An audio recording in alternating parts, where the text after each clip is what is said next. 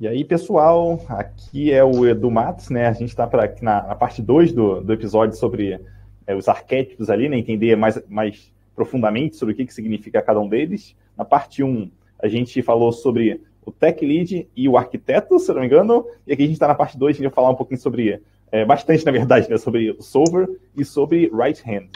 E talvez a gente entre em alguns outros tópicos aqui, mas enfim, vamos apresentar aqui de novo, né? Para quem tiver, por um acaso, caído de paraquedas aqui nessa parte 2 do episódio sobre os arquétipos. A gente está aqui com o Otávio Santana, né, meu co-host nesse podcast. Fala aí, Otávio, tudo bem? Fala, pessoal. Bom dia, boa tarde, boa noite. Boa.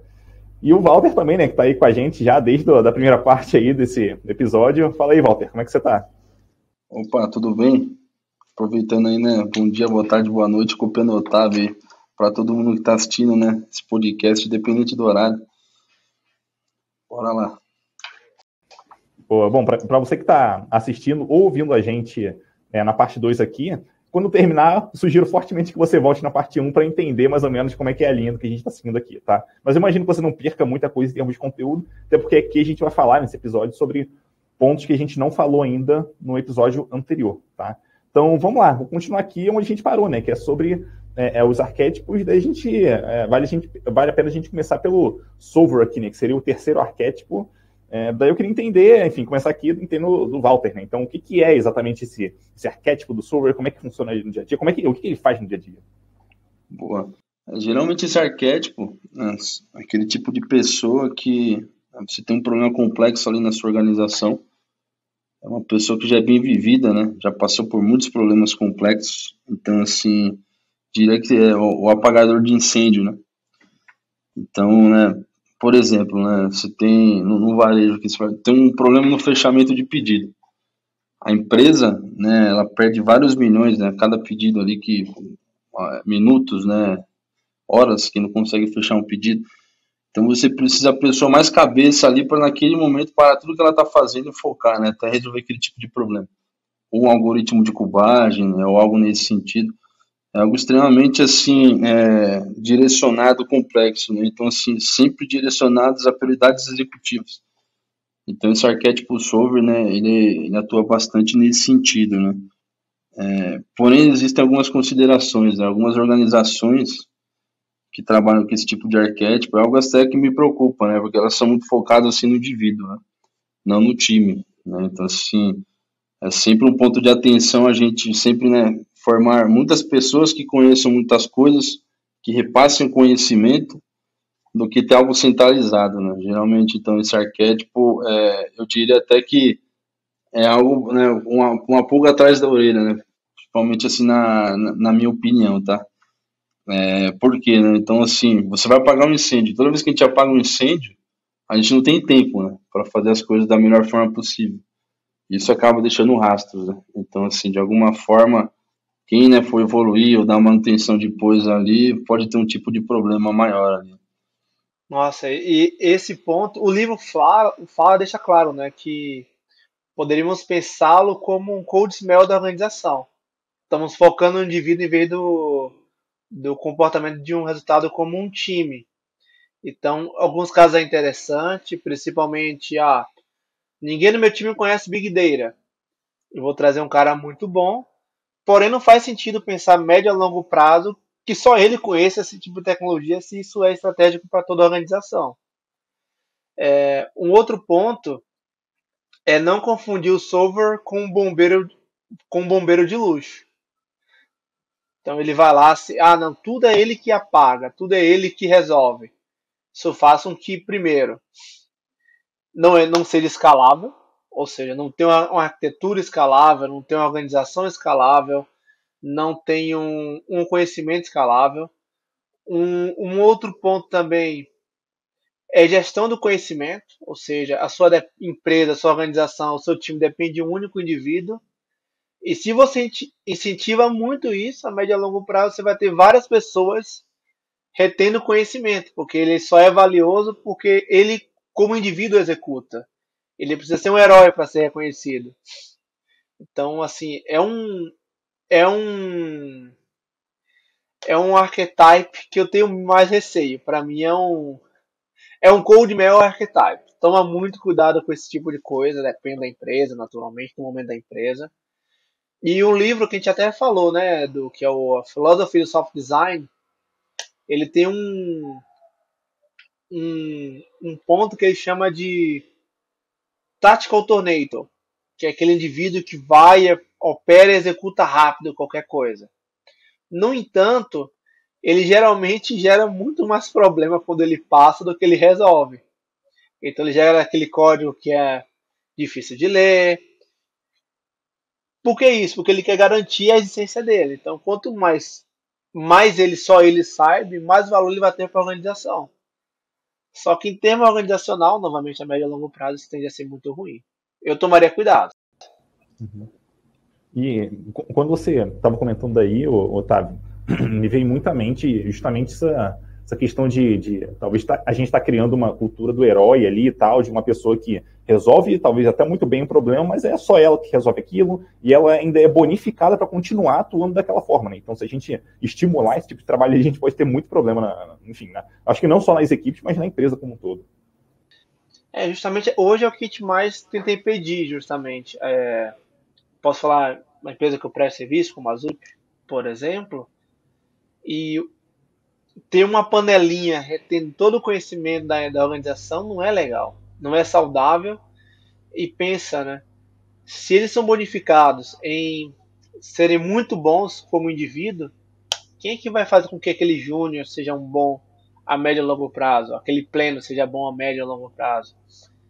Então, eles acabam, né? O solver e o tech lead acabam sendo contradizendo, porque um puxa o time junto com ele tecnicamente e o outro acaba se ressaltando. Tanto que um ponto legal do solver que o livro fala é que na sua agenda ele tem mentorias, né? Ele faz one-on-ones para justamente tentar disseminar o conhecimento de alguma forma.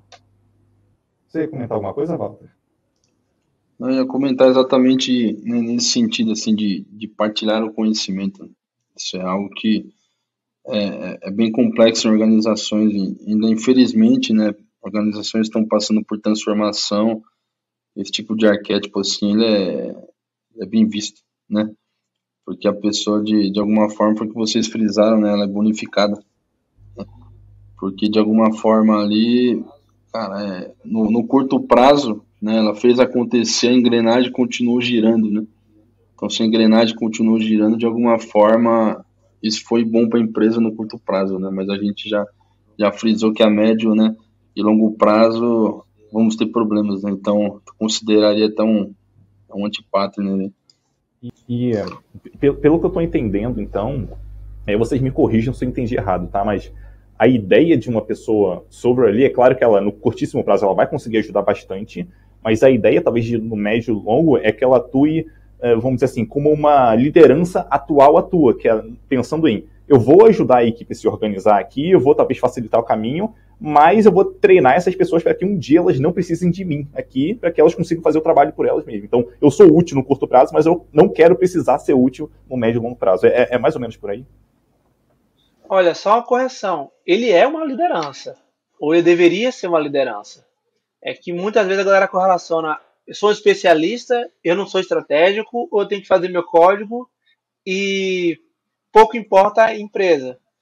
Mas o que o livro fala, o Will Larson fala, até no subtítulo, Staff Engineer, liderança além do código. Então, ele é um líder. Então, ele tem que se preocupar em coisas estruturadas da liderança. O outro ponto que o livro fala é justamente isso. O staff ele é mais líder técnico do que a gestão. E empresas que fizeram isso, né, ele entrevista várias empresas Big Techs, obtiveram um grande resultado. Então, sim, a curto prazo é o que acontece, mas a médio e longo prazo, ele como um líder, ou como um líder em teoria, né, se ele como staff, deveria assim, se preocupar na sucessão de outras pessoas, multiplicar conhecimento, por aí vai. Sim, até para a gente tirar, né, aquele rótulo, a gente brinca assim do dev de luxo, né? Então você está ali num nível de especialista, né, ganhando, né, um dinheiro razoável, só que, só atuando em problemas operacionais complexos, né? Isso não é interessante. Então, talvez dar uma olhada nesse arquétipo e tirar, né, proveito das melhores coisas que ele traz E é sempre interessante frisar assim, né? Isso vale, acho que para qualquer outro tipo de arquétipo. Enquanto a gente, de alguma forma, não passa o conhecimento que a gente sempre tende a ficar estacionado, né? Então, assim, se aparecem, né, por exemplo, outras posições dentro da empresa, se tirar você daquela engrenagem, tudo para, né? Tudo é dependente de você. Então é interessante a gente colocar isso como ponto de atenção e ver. Se eu pego o conhecimento que eu tenho, dissemino para muitas pessoas, então, assim, legal, eu não sou dependente, né? Eu posso flutuar em qualquer tipo de posição, né? Que não vai ter problema para a empresa, não vai ter problema para mim, né? Para qualquer movimento que a empresa faça. Até porque, pensa bem, como é que eu vou ser estratégico se minha agenda está muito ocupada sendo tático? Possível. Porque tudo depende do Otávio. Como é que ele vai conseguir ver o roadmap da empresa nos próximos 3, 4 anos? Ah, não. O bug em Java, a compilação de JVM, só o Otávio sabe. Caramba. Ele nunca vai ser estratégico dessa maneira. Até porque eu vou te contar, assim, é muito difícil uma pessoa conseguir transitar do micro para o macro, né, ou ali, vamos colocar assim, da operação para estratégico, para tático, para operação de novo, para tático, para estratégico. Então, ficar girando nisso o tempo todo, isso é muito difícil, né? Então, quando a pessoa consegue focar, talvez, no nível mais adequado ali para a posição que ela está, eu acho que é uma situação melhor, vamos dizer assim. Então, costuma ser um pouquinho mais fácil, coisa costuma funcionar um pouquinho melhor. É um grande ponto que eu vejo, até lidando com carreira, não só no Brasil, em outros países, é que a galera fala, eu quero seguir o lado de especialista. E um livro fala do solver. Ah, não, eu sou um solver. Porque as habilidades que eu já tenho, eu não preciso aprender nenhuma nova. Eu não preciso aprender a lidar com pessoas, não preciso aprender a lidar com executivo, não preciso lidar com OKR, KPI, com nada. Eu continuo colando e continuo seguindo a vida. Só que a médio e a longo prazo, se você não consegue entender como aquele teu código impacta a empresa, ou como essa correlação tecnologia estratégica afeta a organização, é difícil você chegar em níveis mais estratégicos, né? Seja como gestor, tá? Diretor, senior director, ou seja como ali staff, né? Então, staff, um principal, um distinguish. Talvez assim como até uma brincadeira, né? Como que talvez eu me identifique como um solver? Talvez eu colocaria em algum momento que você vai tentar resolver um problema e você não acha no Google. Você vai ter que começar a montar o quebra-cabeça, né, com vários artigos, né, vários dizeres de várias pessoas para você poder resolver o seu problema.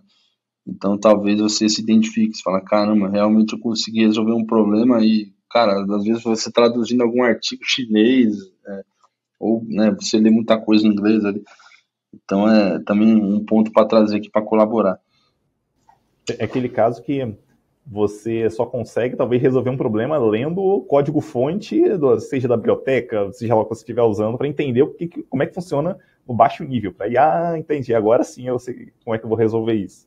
Daí a pergunta que eu queria fazer é o seguinte, vamos colocar assim, pelo menos pelo que eu entendi de maneira geral, pelo que a gente falou até agora, é que esse arquétipo de solver, ele não é lá tão bem visto assim, apesar de ele ser útil nas empresas e tal. Mas a questão é, individualmente, vamos dizer, eu como uma liderança mais sênior, né, ali, né, então hoje como Staff Plus ali, até que ponto faz sentido eu pensar em atuar como um solver? Isso é algo que eu busco para minha carreira ou não? É algo que acontece ali de acordo com o contexto, de acordo com o conhecimento que eu tenho? Como é que normalmente essa progressão acontece? Na minha opinião, eu acho que é o mais complexo de a gente se desprender, né? Porque provavelmente assim, né? Geralmente o sênior a gente vai crescendo conforme a gente vai resolvendo os problemas mais complexos. E a partir do momento que a gente só tem problemas complexos, né, a gente acaba ficando. A empresa depende muito da gente e é difícil você virar essa chave para de alguma forma você se desprender. E geralmente pessoas que gostam muito de código também é difícil desagarrar do código. Começar a falar assim, legal, eu tenho uma senioridade, agora como que eu pego isso? E crio, né, um roadmap pensando em estratégia de tecnologia para de alguma forma, até a gente vai falar, né, do right hand, mas de alguma forma a gente levar a voz do dev ao executivo, né? Então, assim, na minha opinião, eu acho que é o mais difícil da gente se desagarrar, né? A gente tá no sênior, cada vez problemas mais complexos, como que eu deixo essa dependência de sair de mim? Então, pelo menos para mim foi bem complexo. Eu já deixei até de ser promovido, né, para outras posições por conta de estar agarrado com aquilo que só eu sabia, né? Como o Edu falou, eu acho que geralmente as pessoas começam como solver, porque já é uma atividade que no geral as pessoas já faziam, como pleno, como sênior, que é justamente o meu impacto está relacionado no meu código, na minha atividade como solo. A minha influência é só com a minha máquina. A minha decisão entre eu e minha máquina e o que pedirem para que eu faça. Então, no geral, o solver ele é o primeiro passo da carreira. Assim, no que eu vejo, foi o meu caso, e é muito natural. Principalmente porque, novamente, eu não preciso adquirir uma novas habilidades de comunicação, de executivo, de entender o negócio mais profundamente, a dois passos, né, a ver além. O outro passo, aí o Walter pode falar melhor e dar a opinião dele, até como Distinguished Engineer, um, é muito mais rápido fazer deploy de uma aplicação do que deploy de uma cultura. É muito mais rápido fazer uma escalabilidade de uma instância do que de uma arquitetura organizacional. É muito mais fácil aprovar um pull request do que definir o roadmap da empresa. Então, assim, por nós sermos muito imediatistas, o impacto estratégico tende a demorar muito mais do que um tático. Pensa bem, pull request, cara, segundo tá lá, tá no ar e já tá executando. Fazer com que toda empresa, sei lá, 2.000, 3.000 pessoas entendam que esse é o caminho certo para ir. Você não faz isso com um pull request, você não faz isso com um código. É estratégia, comunicação, pensar até forma de visualizar, gerar vídeo, às vezes internamente, alinhar reunião com o executivo, alinhar reunião com o time de engenharia. Então, é um impacto que demora muito para acontecer, sabe? Então, para nós, acho que a nossa geração se tornou muito imediatista, dói muito. E foi o que eu mais me resisti nessa parte do código. Eu ainda codo, gosto muito de codar, estou muito no open source, e o que eu mais gosto é o feedback rápido. Código, teste unitário, pull request. Por exemplo, estamos refatorando o plano de cultura da empresa agora. Foi um processo de 2, 3 meses. Porque envolve business partners, envolve pessoal jurídico, envolve marketing, envolve diretoria, envolve comunicação, envolve bastante pessoas. Para chegar na direção e falar, não, agora estamos indo para esse lado. E tem que convencer pessoas, tem que não convencer pessoas, chegar no meio termo. E o código é maravilhoso, né? Ele não vai reclamar. No máximo ele para de compilar. Então, assim, tem vários fatores. Então, o que eu vejo, na minha opinião, as pessoas começam como solver. Porém, eu acho muito difícil, obviamente com exceções, crescer estrategicamente na organização. Se ele só olha para o tático. Ah, Otávio, isso não quer dizer que você deixe de ser um especialista. Muito distinguished, a grande maioria diria, são pessoas que impactam o mundo. Jamie Gosling, distinguished, pai do Java. Emmanuel Bernard, co-criador do Quarkus e mantenedor do Hibernate. Por aí vai.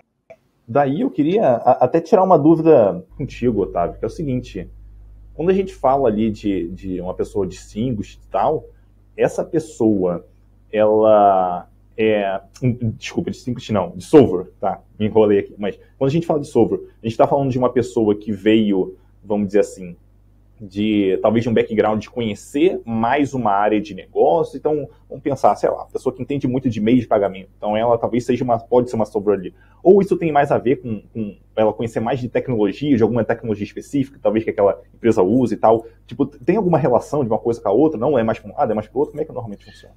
Olha, os dois são muito frequentes. Na área de software, né, ele pode conhecer profundamente o negócio, a ponto de conhecer até mais que o próprio PM. Isso acontece, por exemplo, a área de contabilidade no Brasil. Cada região tem a sua, temos suas dicas e macetes. A área de financeiro também, que é uma área muito complexa. Mas você pode ser um especialista de tecnologia. O que eu vejo muito no Brasil é conhecimento do negócio. E aqui fora, na Europa e nos Estados Unidos, empresas que criam tecnologia já visam mais o conhecimento dessa pessoa com tecnologia. Por exemplo, o Red Hat. A Red Hat visa muito, na hora de contratação, na hora de promoção, prêmios técnicos, impactos técnicos. Até porque o negócio da Red Hat é um produto técnico. Então, para a empresa de tecnologia, né, que criam tecnologia, a tecnologia não é um fim, não é o meio, é um fim. Então, para a empresa de negócio, como e-commerce, o seu foco tem de ser o maior conhecimento no negócio em si. Faz todo sentido, faz todo sentido. Bom, acho que a gente já pode pular aqui para o próximo arquétipo, né, que é o right hand, quase que falhou a memória aqui. Daí eu queria entender, em alto nível, assim, se o Walter puder explicar com a gente, o que é esse arquétipo do right hand, o que é esse arquétipo, uma pessoa, né, que está nesse arquétipo, faz ali no dia a dia? Bastante do que, pelo menos, eu estou vivenciando ultimamente, né? Então, geralmente o arquétipo right hand, até aquela brincadeira, né, do Game of Thrones, quando a gente lê o livro, né, eles citam, né, o Hand of the King. Basicamente, você está ali como um braço direito do executivo, né, talvez uma espécie de consultor, e assim, onde você começa a ter aquela visão estratégica, né, como o Otávio mesmo citou, né, você participa de alguma forma ali do roadmap da empresa, né, para onde que a empresa quer ir, você está junto ali de missão, visão, valores, né, como de alguma forma você ter uma comunicação com todos os níveis, então é muito importante, né, você entender o operacional, você entender o tático, você entender o estratégico, se leve, você está junto ali dos executivos, para de alguma forma levar aquela mensagem da estratégia de tecnologia, né, para descer nos níveis.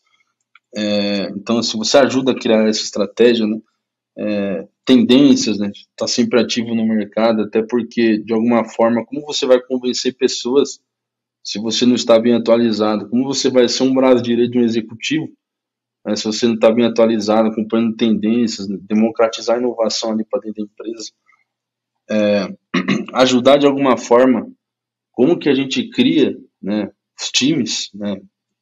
Então, uma estratégia organizacional de time de alta performance. Então, como que a gente estrutura as nossas equipes, né? Por exemplo, o right hand ele tem um impacto de organização. Então, como de alguma forma você ajuda na estruturação das equipes para perseguir aquela estratégia? Atua muito nos OKRs da empresa, né? No Objective. Então, isso é muito importante frisar. E de alguma forma, métricas e KPIs focadas no resultado do todo, né?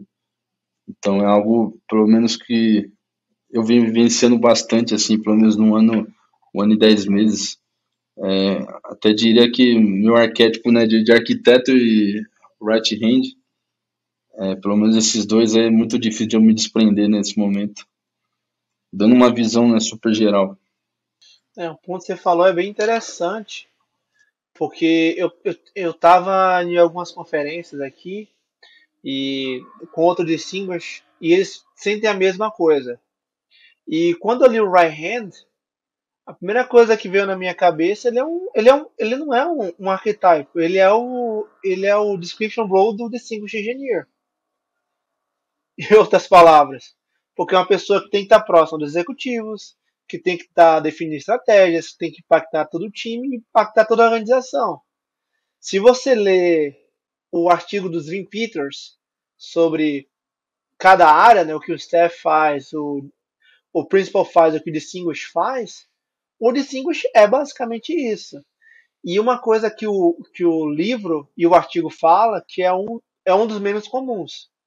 E pensando numa pirâmide do time de engenharia, poucos chegam a esse último ranking do Distinguished. Se uma empresa tem 20 Distinguished, alguma coisa está errada. Tá estranho. Tem mais Distinguished do que VP, geralmente é um número. O número deve bater, ó. Tem ele tem 3 VPs. Então, geralmente, você vai ter também 3 Distinguished. Se você tem 3 VP e 8 Distinguished, talvez você inflacionou, né? Então, Dos meus criadores de sênior 2 anos, você criou distinguished 2 anos e meio, sei lá, 3 anos. Alguma coisa está errado, volta, entende o livro e coloca isso como atenção.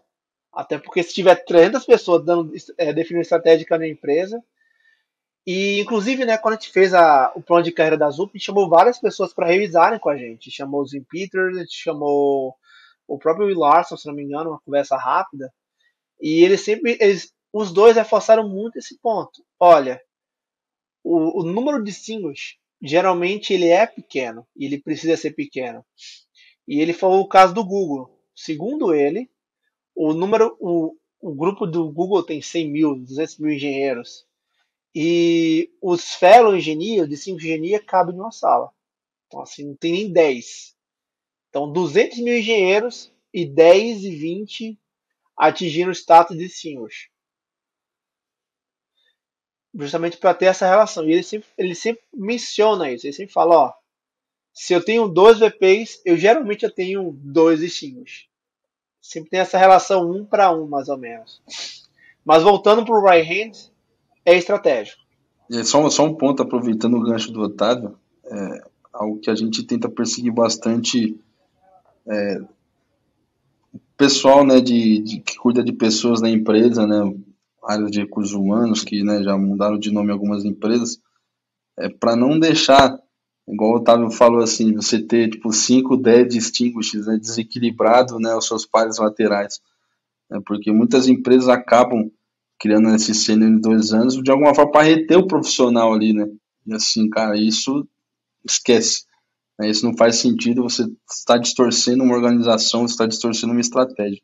Né? Só importante frisar aqui, né? Se tiver alguém de pessoas aí nos assistindo, para que não deixe isso acontecer, né? É sempre assim, meritocracia, vivência, né? Senioridade, para de alguma forma essa pessoa poder colaborar ali, né? Não você reter pessoas, né, por conta, sei lá, vai sair para uma outra empresa, então precisamos promover essa pessoa para um passo acima.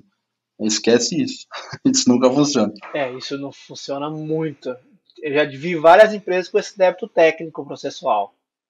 Então, quero reter a pessoa porque a pessoa já o mercado ofereceu um valor maior. Às vezes é melhor aumentar o salário e manter o cargo do que atualizar o cargo também. Porque o que acontece? Já vi em várias empresas. Se você é um consultor externo e você mantém um sênior, por ele estar muito abaixo do mercado, a sua empresa é penalizada. Então, você trabalha como consultoria, outsourcing, todo esse tipo de coisa. E as pessoas vão falar, caramba, o seu sênior é equivalente a um pleno da minha empresa, a um júnior da minha empresa.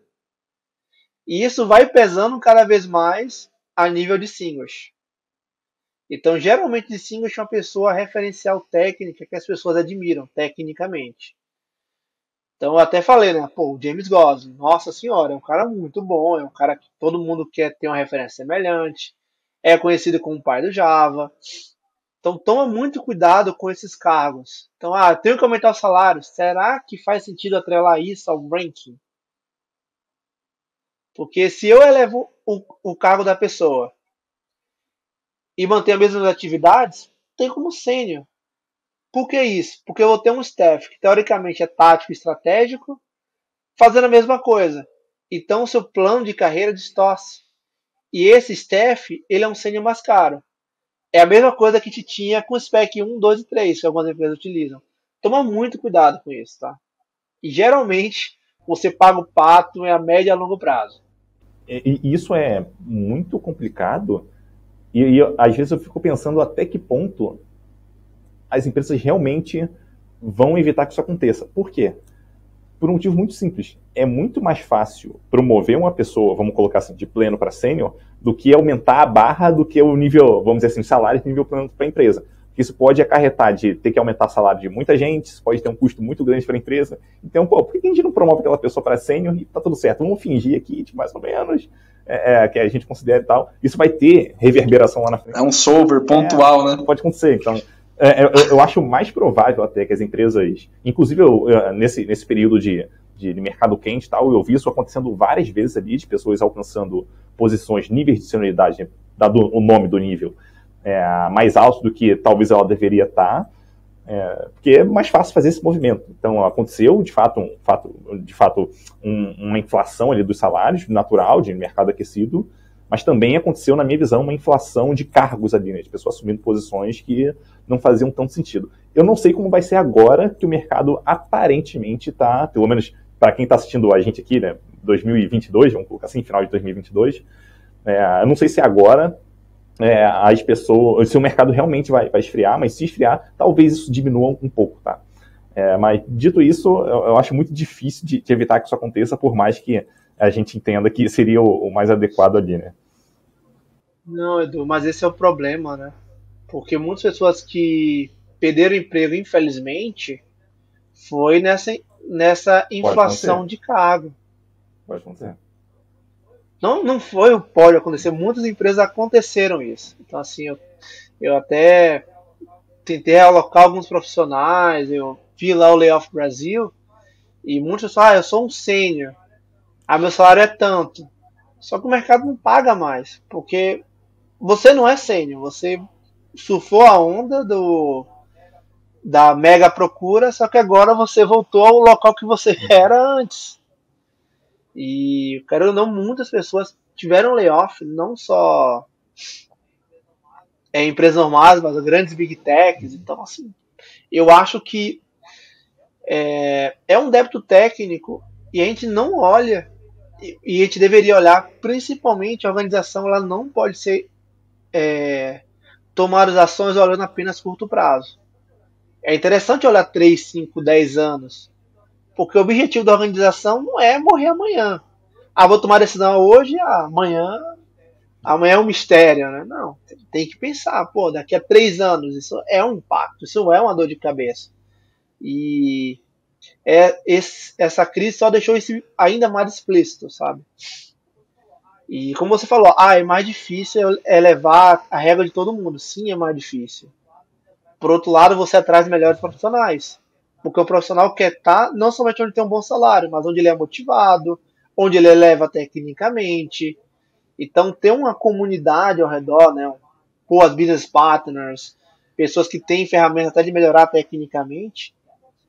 E outro ponto é o boca a boca. Eu estou nessa empresa porque essa empresa me ajuda a elevar tecnicamente, me auxilia a me mover, né? E por aí vai. Então, assim, a ação imediata é muito tentadora, mas não resolve. Por isso que eu gosto de dizer que o ideal é que o profissional foque no seu desenvolvimento pessoal e não tanto no cargo em si. Porque o cargo ele vai ser uma consequência daquilo. Então, se ele sair daquela empresa com um dado conhecimento, ainda que ele fosse, vamos dizer assim, pleno numa empresa, mas se ele tem conhecimento, experiências para se tornar sênior, eventualmente essa pessoa vai ser contratada como sênior. Não é que o cargo em si não seja importante, mas ele tende a vir naturalmente conforme a pessoa se desenvolve. Então ela não deveria estar tão preocupada com isso. Mas eu não queria entrar tanto num papo aqui de senioridade, de carreira, eu queria voltar um pouquinho pro right hands aqui, entender o seguinte, assim, do ponto de vista de vocês. Vamos imaginar uma pessoa que está chegando talvez ali, alcançando esse arquétipo agora ali e tal, e ela não entendeu muito bem, não sabe exatamente o que ela precisa fazer ali para se sair bem no começo, né? Então eu imagino que o começo tem as suas dificuldades aí. Então eu queria entender até na experiência de vocês, o que foi mais difícil ali no começo, quando vocês começaram a assumir mais esse arquétipo ali, e o que vocês indicam para quem está chegando lá agora e talvez queira dar vamos dizer assim, esse pontapé inicial já sair bem ali. No meu caso, eu acho que até que foi simples, né? Porque eu nunca via referências, né? Por exemplo, assim, de pessoas de gestão que conheciam o técnico para trazer a mensagem da forma que eu gostaria de ouvir. Então, assim, geralmente a estratégia ficava muito fechada, né, ao pessoal de gestão. E eu nunca participava desse papo. Então, assim, só de eu sentir falta disso, começar a perguntar, tá, como que tá, para onde que a empresa quer ir, porque de alguma forma, assim, eu preciso entender esse pedacinho que a gente está fazendo aqui, o que ele representa no todo. Só de a gente começar de alguma forma a pensar assim, você acaba sendo envolvido nos papos, né? De você estar sendo envolvido nesses papos, você começa a levar esses papos, né, para talvez ali para outros níveis que estão trabalhando com você, e de alguma forma começam as provocações e você vai começar vendo que você não tem todas as respostas, né? Então aí você vai deixando de impactar só tecnicamente a organização para começar a impactar ali pessoas, processos, né? coisas além do que você impactava antes, né? Talvez ali com outros cargos, né? E afins. Então, assim, para mim foi meio que natural, né? Olha, pra mim doeu bastante, porque eu adoro código. E não, até hoje eu codo, tenho habilidade técnica, me esforço bastante, mas esse é o meu maior problema. Saber, ó, isso aqui não é mais teu, é o Clio fala, dar espaço, gerar oportunidade. E o código para mim sempre foi meu menino, né, minha criança. Então, assim, a primeira dica é sempre pensar, eu quero ir para o staff. Qual sênior eu coloco no lugar? Quem eu estou mentorando? Quem eu estou ajudando a elevar tecnicamente? E isso eu acredito que aos poucos as empresas também utilizarão.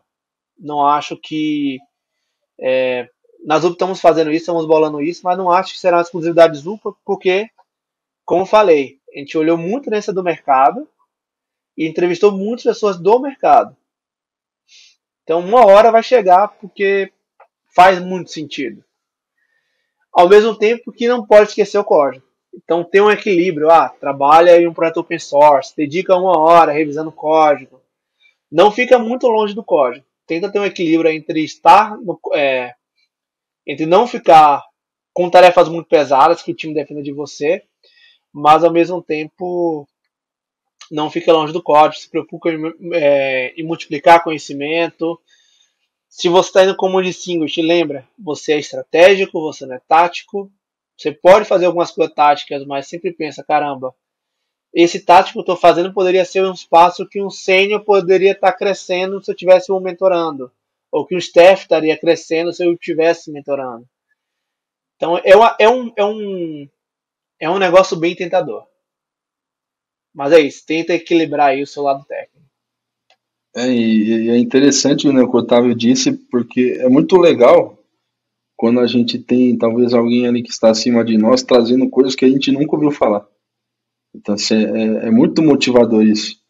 Então, de alguma forma, pelo menos que eu tento perseguir é sempre estar envolvido, talvez com outros distinguidos, estar participando de palestras, eventos, assim, mais com tendências.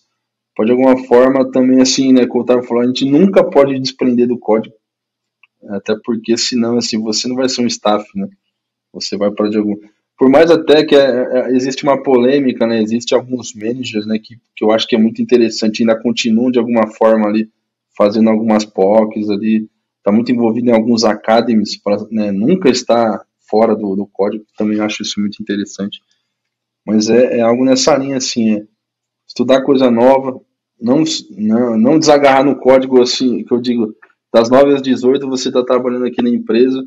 Acabou das 9 às 18, você tem agendas suas de alguma forma para se manter atualizado e continuar estudando, fazer POCs, né, hackathons, participar de algo, multiplicar conhecimento, dar aulas. Tudo isso vai te provocar você estar sempre estudando, né? E quando você vai estudando, você vai disseminar esse conhecimento. Isso, assim, é importante para todo mundo. Então, pelo menos, assim, dicas que eu daria, né? Assim, a gente está falando aqui de posições de Staff Plus ali, né, dos arquétipos e tal, mas na minha visão, aí eu queria até saber, o Walter, eu acho que falou agora aqui, eu queria saber até do Otávio, que é assim, na minha visão, mesmo que a pessoa trabalhe com gestão, isso não justifica que ela não entenda de tecnologia. É claro que ela não vai necessariamente botar a mão no código ali no dia a dia, que ela não vai, talvez, definir a estratégia de tecnologia, porque pode ser que a empresa tenha uma pessoa distinguished, pode ser que tenha uma pessoa ali, enfim, trabalhe em qualquer posição, que seja Staff Plus ali, seja lá o arquétipo que for, então talvez ela não se aproxime tanto do lado técnico quanto essa pessoa, que é Staff Plus, mas algum conhecimento ela tem que ter. Até porque se ela não tivesse conhecimento de tecnologia, a gente poderia colocar qualquer pessoa que entende de gestão numa área de tecnologia e esperar que ela agisse, vamos dizer assim, tão bem quanto uma pessoa de tecnologia, o que provavelmente não seria o caso. Então, algum conhecimento de tecnologia a gente espera que a pessoa tenha, para discutir sobre aquilo, entender melhor, ajudar até a tomar uma decisão ou outra ali, seja porque a gente, vamos dizer assim, não tem tanto tempo para tomar uma decisão que seja mais complexa ali, né, ou seguir por um caminho que seja mais complexo. Então, algum conhecimento de tecnologia para mim precisa ter, independente de em qual cargo ela trabalha na área de tecnologia. Se ela não tiver conhecimento de tecnologia, ela talvez não devia nem estar trabalhando com tecnologia ali, né, afinal de contas. Eu acho que tem um... Lembra que eu falei lá no começo do vídeo, né? Tem que ter uma relação entre VP e Distinguished, diretor e Principal, geralmente Senior Manager, com staff. Por que isso? Tem um outro material complementar que é o Engineer Ladders, que ele mostra isso em um gráfico das habilidades que uma gestão tem e um staff tem. E uma coisa legal é que ele cria uma espécie de hexágono de habilidades. E se ao você visualizar aquilo, você fica bem perceptível que é impossível um cargo ocupar todas as posições, preencher todo o hexágono. Porém, em teoria, o Distinguished combinado com o VP, ele preenche. O Principal com o diretor, ele preenche boa parte dos campos. E por aí vai. Por que eu estou dizendo isso? Porque, de fato, não faz sentido um VP não conhecer nada de tecnologia. Porém, ele não conhece profundamente como o Distinguished. Geralmente, Distinguished ele é reconhecido pelo... você vê a influência, né, do próprio Engineer Ladders, ele é pela comunidade, ou seja, ele já transcendeu a empresa. Exemplo de Distinguished, como já falei, o James Gosling da Amazon. Ele é Distinguished da Amazon. Só que ele transcendeu, ele é conhecido como o pai do Java. Não é uma coisa que só a Amazon conhece. Ele é conhecido do mundo afora. E essa mesma área que o James Gosling atua, possivelmente ninguém sabe quem é o VP. Por exemplo, tudo bem, acho que o exemplo do James Gosling também foi meio maldoso. Mas enfim, o ponto é... NASA, né? Marley, né? É um shot. Total. O grande ponto é que os dois se complementam. Então, a parte de processo. Quem que vai estudar mais sobre Team Topology? É o gestor. Quem vai estudar muito mais de gestão de recurso, essa parte de cálculo, ele é o gestor. Porque no próprio Engineer Ladders, ele deixa um pouco claro que não tem como preencher as duas áreas. Então, se eu não me engano, o VP ele tem conhecimento de tecnologia 2 ou 3, enquanto o Distinguished ele vai no máximo. E na parte de processo, o Distinguished vai para a mentoria, se não me engano é 2 ou 3, e o VP vai no máximo. E os dois preenchem todo o hexágono. E eu vou montar nessa linha, Edu. Faz sentido, faz total sentido. E só para a gente finalizar aqui, eu queria puxar um ponto que, na verdade, o Walter chegou a mencionar no começo do nosso papo, eu acho que vale a gente trazer aqui, só para deixar claro para quem está ouvindo ou assistindo a gente, né, que é sobre a mistura, a possível mistura desses arquétipos. Então, né, o Walter comentou que ele trabalha, vamos dizer assim, parte como um arquétipo arquiteto, parte como um right hand ali. Então, até que ponto essa mistura, ela faz sentido? É algo que talvez deva ser evitado ou não? Como é que a gente tira proveito disso aí? Como é que normalmente funciona essa mistura? Eu acho que é interessante que alguém citou, pelo menos assim, em livro, porque muitas vezes a gente acaba permeando a vários tipos de arquétipos, papéis, responsabilidades de empresas, e que naturalmente, mas você não viu isso em teoria, alguém que de alguma forma democratizou isso em livro, né, em artigo, para você começar a se identificar e ver, cara, onde que eu tô, né? Igual esse, por exemplo, esse hexágono que o Otávio citou. É muito importante a gente colocar em mente, né? O que existe hoje, qual o panorama das coisas que existem hoje, onde eu me identifico. Que aí a gente pode, por exemplo, o solver, o que a gente pode tirar de proveito do solver? X coisa, ok, então vou pescar isso aqui e a gente montar talvez o nosso próprio arquétipo, né? Então acho que eu iria muito mais nessa linha, de ter algo hoje mais democratizado, que todo mundo vê, esteja visível a todos e a gente começar a pescar. Por isso que eu me identifiquei muito quando o Otávio disse assim. Eu comecei como solver também, talvez na minha visão todo o staff passa pelo solver, ali vira, né, o staff, aí talvez ali tem, dependendo assim se a pessoa gosta e tem de alguma forma exala aquela atitude mais, né, de pensador, então talvez staff, arquiteto, né, para chegar ali no right hand, mas eu iria nessa linha, ver tudo que tem, ver onde você se identifica mais e tentar pescar o que é mais legal de cada um para talvez a gente montar o nosso próprio arquétipo. Eu acho muito legal, e o mundo dos sonhos é simplesmente chegar em um time, a opção de um staff. Colocamos ele lá e ele se adapta, né? O modelo ele entende onde está faltando, onde tem debilidade técnica, e ele vai lá e complementa as habilidades que não tem no time. E é muito isso, você tem que ver aonde você está, a sua maturidade, a organização na qual você atua trabalha. Eu quero ser um solver. De repente, para sua empresa, solver é a pior coisa do mundo que você possa fazer. De repente tem que ser um tech lead, porque você tem que começar a quebrar o ciclo de conhecimento da empresa, organizacional. Eu quero ser the right hand. De repente só tem gente querendo ser o right hand. E precisa de gente ser o solver. Então, ter esse equilíbrio, entender que existem quatros, ter as suas favoritas, mas talvez, sendo bem filosófico aí, você ter esses quatro, ao menos ali, meio que mal formados, mesmo que mal formados na sua consciência. Aqui eu preciso ser mais isso, aqui eu preciso ser mais aquilo, e vai trocando, sabe? E até pescando o que você falou, Otávio, eu achei bem interessante, porque assim, é muito legal quando a gente olha para a nossa carreira, porque a gente curte fazer ali no dia a dia, não, quero fazer mais disso, beleza, isso é interessante, é legal, é bom para o nosso engajamento, para o nosso crescimento até, mas também é importante ter alguma flexibilidade, isso eu falo de maneira geral, tá? Acho que para qualquer posição vale isso, desde desenvolvedor lá, júnior, até, enfim, os mais altos níveis. Então, é importante a gente ter alguma flexibilidade para entender que a empresa vai ter problemas ali e que não necessariamente alguém vai estar atacando aqueles problemas que podem ser importantes e pode ser que a gente deveria atacar aquele problema, né? Então é importante ter alguma flexibilidade. Eu não sou tão bom nisso aqui, mas eu acho que eu posso me desenvolver um pouco, ler mais sobre isso, conversar com as pessoas, aprender para conseguir atuar nesse problema e resolver. Então, aqui, eu acho que até poderia ser um perigo a pessoa pensar em não, eu quero ser um arquiteto e eu só faço arquitetura.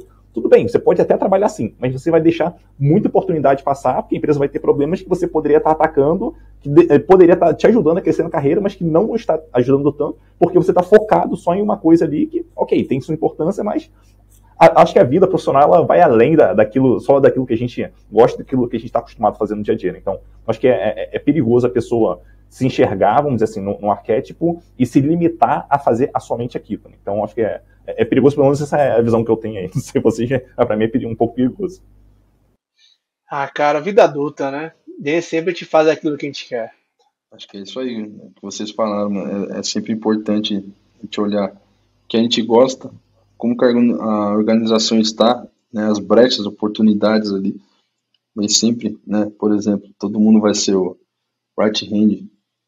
Pingou oportunidade talvez ali no arquiteto, deixa eu desenvolver esse lado meu aqui que está faltando, se encaixa, né? E colocar na cabeça isso, né? Nunca vou ser um só, né? Vamos permear por todos, né? De alguma forma ali que é nosso crescimento, né? Então isso eu valorizo, acho que é muito importante. Bom, nosso tempo esgotou aqui, então muito obrigado de novo, Walter, por estar aqui com a gente, ter participado, curti demais aí, 2 episódios seguidos, né? 2 partes aí. Obrigado, Otávio, também por ter participado. Eu queria abrir um espacinho aqui, finalzinho, só para o Walter passar uma mensagem final, queira passar, fazer um jabá, fica à vontade aí, Walter. Não, boa. Primeiramente agradeço, né, Edu, Otávio, pelo convite. Sensacional a gente estar discutindo isso. É muito importante e é interessante, assim, eu nunca tinha visto um conteúdo, né, assim, em português, né, para a gente falar sobre passos depois do sênior. Então acho que, vocês estão sendo pioneiro nisso, cara, sensacional estar participando, algo também que eu fomento muito e sempre falo para muita gente assim, o nosso papel aqui é pegar algo assim que ninguém nunca viu, talvez em outro idioma, né, democratizar aqui, pelo menos no Brasil, tá visível para todo mundo. Cara, sensacional, o canal de vocês, né, de alguma forma ali, você pegar isso, passar tudo, né, a nossa vivência de forma gratuita para as pessoas. Como eu falei no outro episódio, eu gostaria que quando, né, eu comecei assim minha carreira tivesse algo tão fácil em mãos, né, como vocês estão tornando hoje em dia, né, para a galera que está começando. Então, muito obrigado. Assim, quem quiser me seguir nas redes sociais, né, no LinkedIn, Walter_Rodrigues, vai me achar lá. Instagram, meu Instagram, né, é muito focado a música, né, para quem não sabe, tenho 2 empregos, tipo Július. Então eu trabalho, né, com tecnologia, trabalho com músico na noite aí também. Então é RX on the Streets meu Instagram. E, cara, tudo que envolve música, tecnologia. Eu sou assim, eu não gosto de dormir, então assim, eu sou quase que um zumbi, né? Ou tempo estudando, ou tempo tocando, ou tempo conversando. Então é isso aí, muito obrigado pelo espaço. Valeu demais, precisando de mim, estamos aí, pessoal. Valeu, Walter. Muito obrigado aí. Um abraço e até mais, Walter, Otávio. Tchau, tchau.